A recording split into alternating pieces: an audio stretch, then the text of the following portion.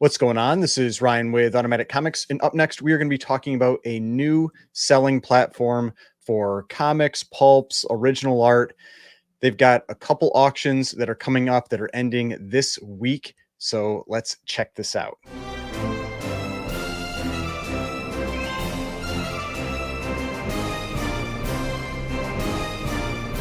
All right. So before we get started, please remember to hit that like button and hit the subscribe button if you'd like to see more content like this. So I was approached by Nathan Howerton, also known as Kihei Collectibles on Instagram.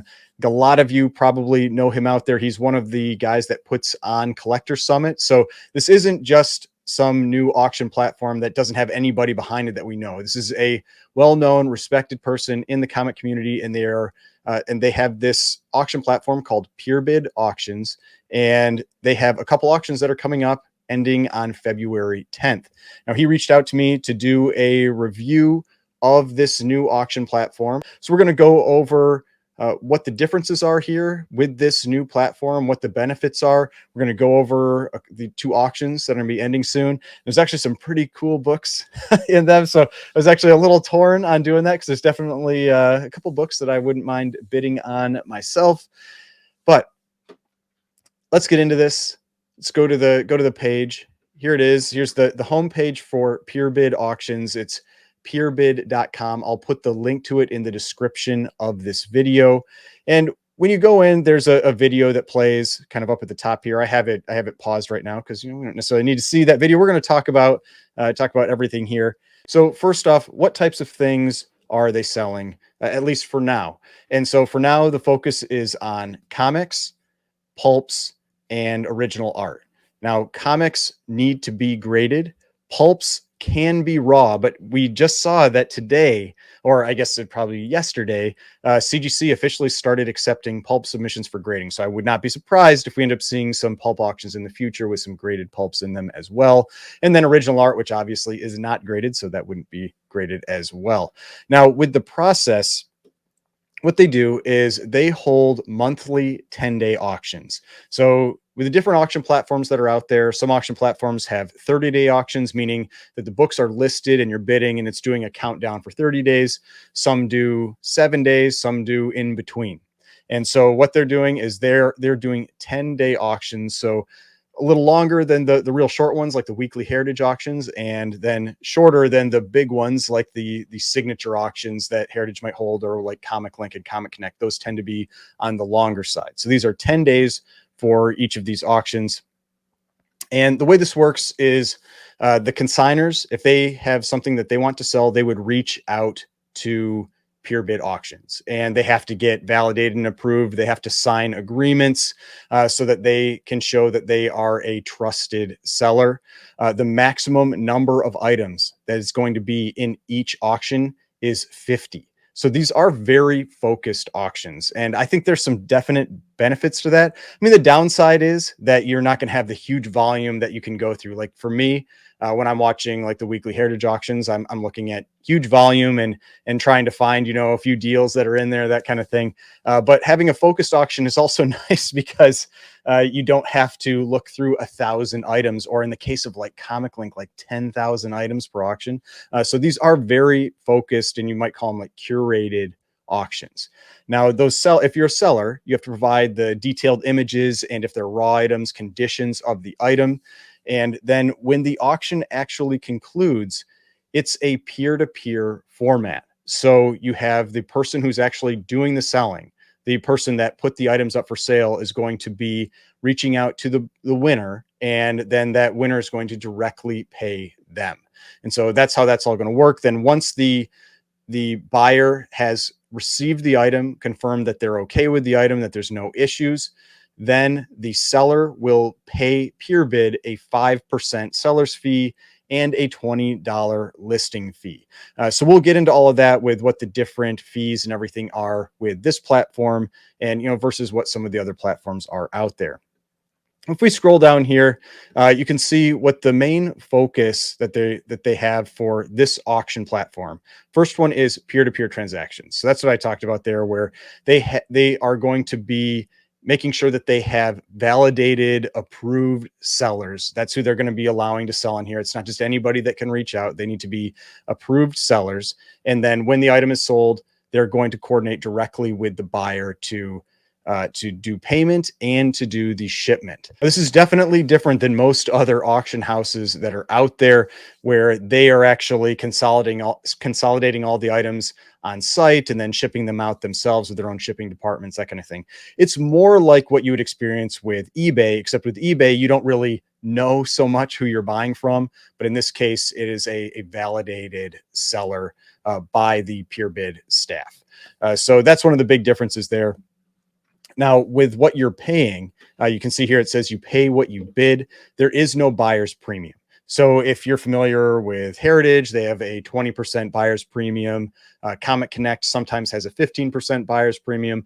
Different platforms have that. And the challenge there for some people can be that you don't always know exactly what your final payment is going to be. In this case, there's no buyer's premium, so you don't have to worry about that. On the seller's side, it's a 5% seller's fee plus a $20 listing fee. So a lot of other auction houses generally are between around 10% and 30+%. You can have some pretty big fees depending on which auction house you're selling through and what agreements you might have. Like eBay, you're, after everything's said and done, you're probably going to be paying around 13 to 15%. I think Comic Link is around 10%. And so there's different ones have different fees. This one is going to be 5%. So that is a very reasonable fee if you are a seller. Now, the other thing, you just have to note that every item also has a $20 listing fee as the seller. So you're not going to want to sell necessarily really low dollar items, because if the item only sells for like $20 and you have a $20 listing fee, you're not going to be getting anything out of that. So just something to consider if you're a seller, and considering these are just 50 item auctions, you probably want to have that be a little more, like curated, not necessarily super, it doesn't have to be super high end items, but a little bit higher end items. If you're going to be selling, that $20 fee could really come into effect if it was a low dollar item. So just something to consider if you're looking to sell on this platform, if you're considering selling on this platform. But if we keep scrolling down here, you can see they talk about the types of items that they would sell: vintage comic books, pulps, original art. And this is where you can see the people who are behind Peerbid. And so here's Nathan Howerton, Kihei Collectibles, who I talked about. You can see here, creator of Collectors Summit, Fanalytics, The Collector's Room, passionate comic book, pulp, magazine, and artwork collector. And so, I mean, he has proven himself as someone that you can trust out there in the community. So just something to think about, that if you're wondering who's behind this platform, that's the main name, main person behind that platform. You've also got Yaniv Stray Flexin. If you know him on Instagram, he's a big comic book dealer. Then we've got Devin Marita Collectibles, who he's really into cards. If you're familiar with him on Instagram, he's big into the like the TCGs, that kind of thing. So that's just a little bit of the background here. Now let's go check out the actual auctions. So there's a few ways to get to the auctions. You've got the little auction button here at the top. You've also got the auctions button over here. And this is where they're going to show you what those upcoming auctions are. You can see they give you the dates, what the actual auction is going to be containing, because remember, these are focused. So a maximum of 50 items, and these two auctions have less than 50 items. So you can see you've got the pulp auction that's coming up and a Golden Age comic auction. They're both ending on February 10th at 5 p.m. Now, if we go to the Golden Age comic auction first, if you know me, you can guess that one of the books that I'm really interested in is this Spirit 22. So that I have one that was on my keeper list, was recently cut, and would definitely be interested in a 5.5. Now, if you want to participate in the auction, you need to create an account. So this is called Air Auctioneer. That's the website that these auctions are being handled through. So you'll have to create an account through Air Auctioneer. All right, so I just logged in. Now, the other thing that you'll have to do is, for each individual auction, you need to register. So I'm not going to click on that link because when I click on it, it shows my personal information. But you do need to register for each individual auction. I have not registered yet for the Golden Age one, just so you can see what that would look like. You'd have this button here that says register. If you have already registered, which I did already for the pulp auction, you can see there's a button that says review registration. That just takes you to your information. So just so you know, you do have to register for each individual auction to bid. You can view all the items without registering. So if there isn't anything that you're actually interested in that specific 10-day auction, you don't need to register for it. But if there is something that you're interested in bidding on, then you do need to actually register.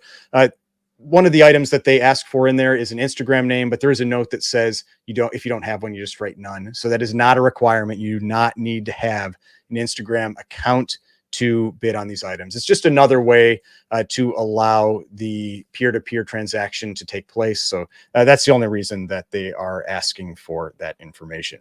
All right, now before we get into the actual items, you've got the terms and conditions here for each of these. So they've got all the details that goes with each of the auctions, how returns are handled. You have 3 days from the day of receipt to request a full refund. So, make sure you open your item up quickly. How the payment works, you have 7 days from winning to make payment. And if you don't, the item's going to be canceled and you are going to be banned from participating in future auctions. So make sure you pay in a timely manner, and then there obviously will be no issues. Now, I'm not going to go into all the little nitty gritty details here with this, but if you want to come and check these out, you're welcome to. Now, the way that the bidding actually works is if you're familiar with Comic Connect, it's very similar in style to the Comic Connect bidding, where you have a countdown on the timer. And if you are within 5 minutes, in this case, it's going to add time. So for the comic auction, if you're within 5 minutes, it's going to be extended by 2 minutes. For the pulp auction, if you are within 5 minutes, it's going to be extended by 5 minutes. However, I did talk with Nathan and he said for future ones, they're just going to do 2.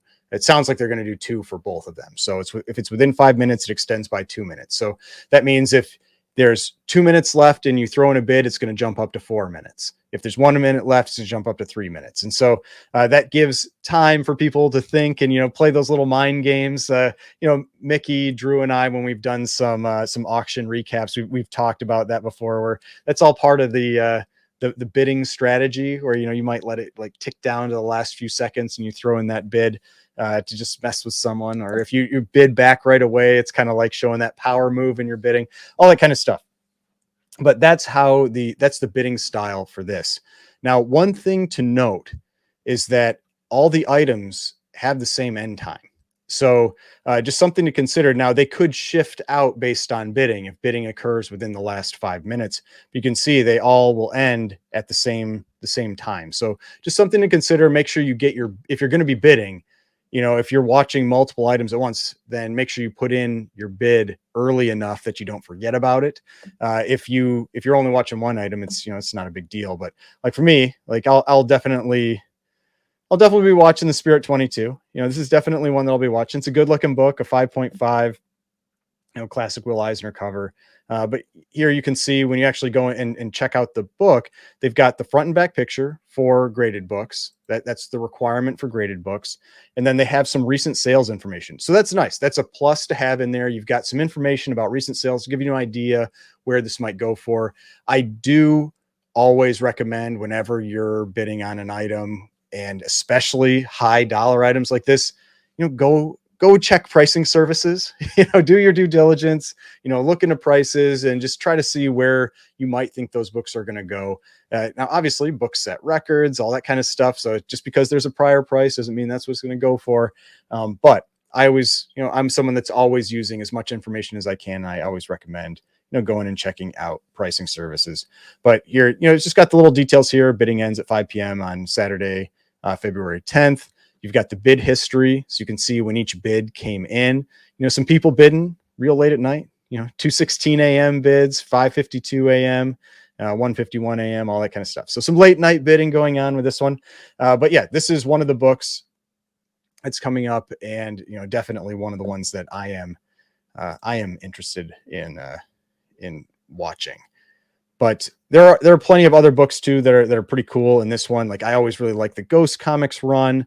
The Fight Comics run has a bunch of great covers in it. Then you've got Shadow Comics, which I've talked about, which I think is a really underrated run of books. And probably a couple other like big ones that are part of this.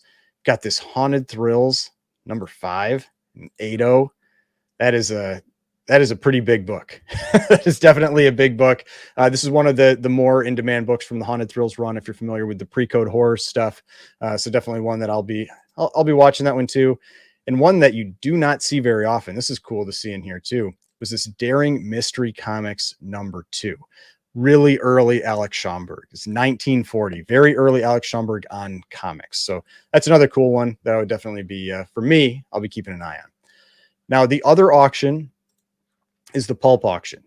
Now, for the most part, it has all the same types of terms and all that. But like I mentioned earlier, this one, within 5 minutes, it gets extended by 5 minutes. So that's just the difference with this specific auction. That's going to be set, that can be set for each auction.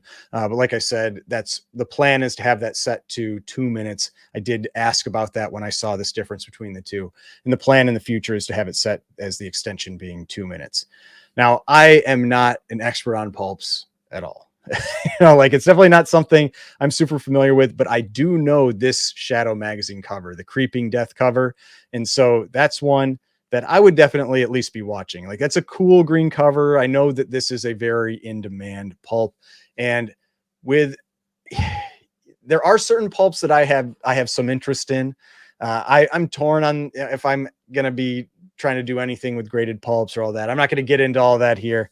But I know that this one is generally one of the more well-known pulp covers.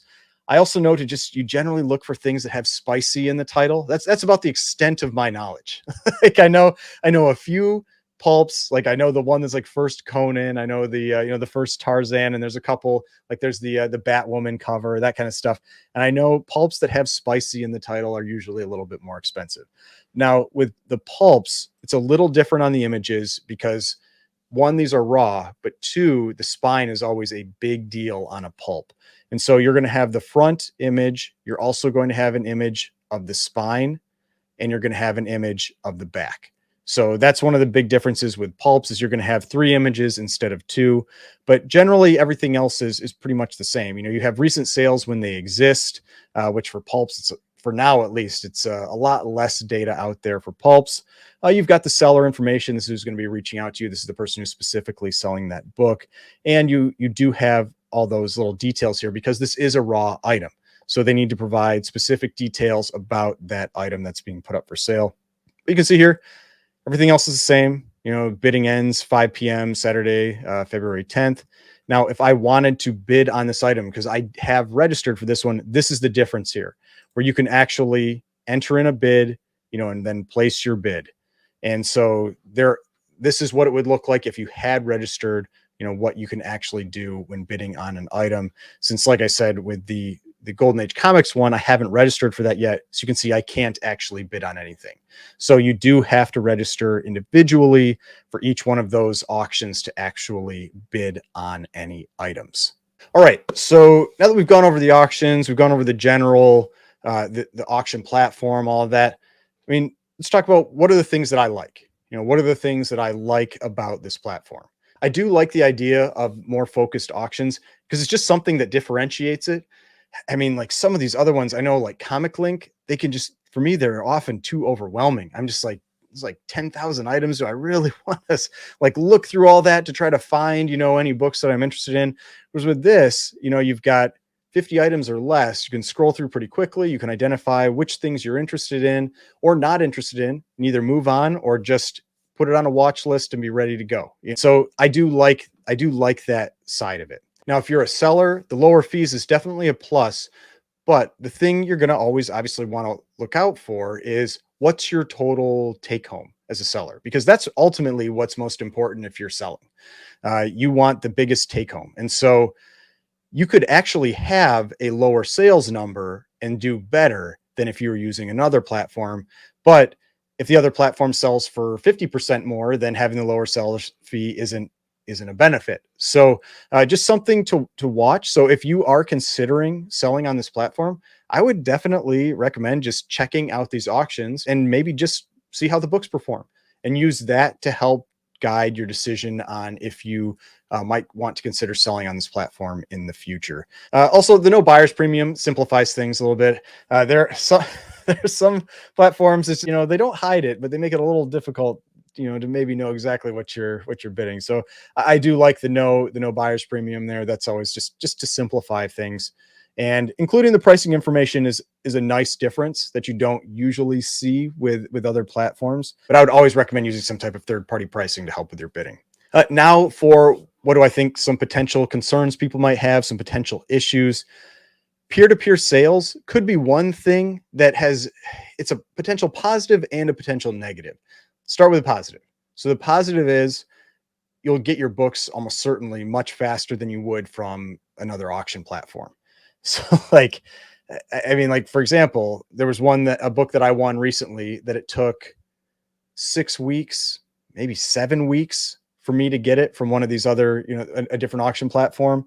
And whereas this, if it's just one person and they're only selling a few books in each one of these iterations of these auctions, then you're likely to get your item much quicker. So that's a positive. Now, a negative is some people might not want to deal directly with the seller. They might like to have that kind of like the auction house as the intermediary where they're not actually dealing really directly with that seller. And so that could be a downside. They might like to have that anonymity that goes with that. So just something to consider is that you would be dealing directly with the seller that sold this item. It's really more like dealing with an eBay auction where you then are dealing directly with that seller. Now, from a seller's perspective, I talked about the lower fees, but obviously the main concern is going to be what your final sales take home is. So that could be a positive or a negative. The only time will tell. Now, when any type of new platform starts up, it's likely to have a little bit lower numbers at the start. But then if you just keep going and you get more and more coverage, then you'll get higher and higher numbers as more people know about them. And then the lower fees will really ultimately lead to bigger returns. So just something to consider there if you are a seller. Now, the countdown timer. So that's one thing where, I mean, I can see some potential issues there. So the fact that all of them end at the same time is a potential issue. If you're looking to bid on multiple items, it just means that you have to plan things out a little better.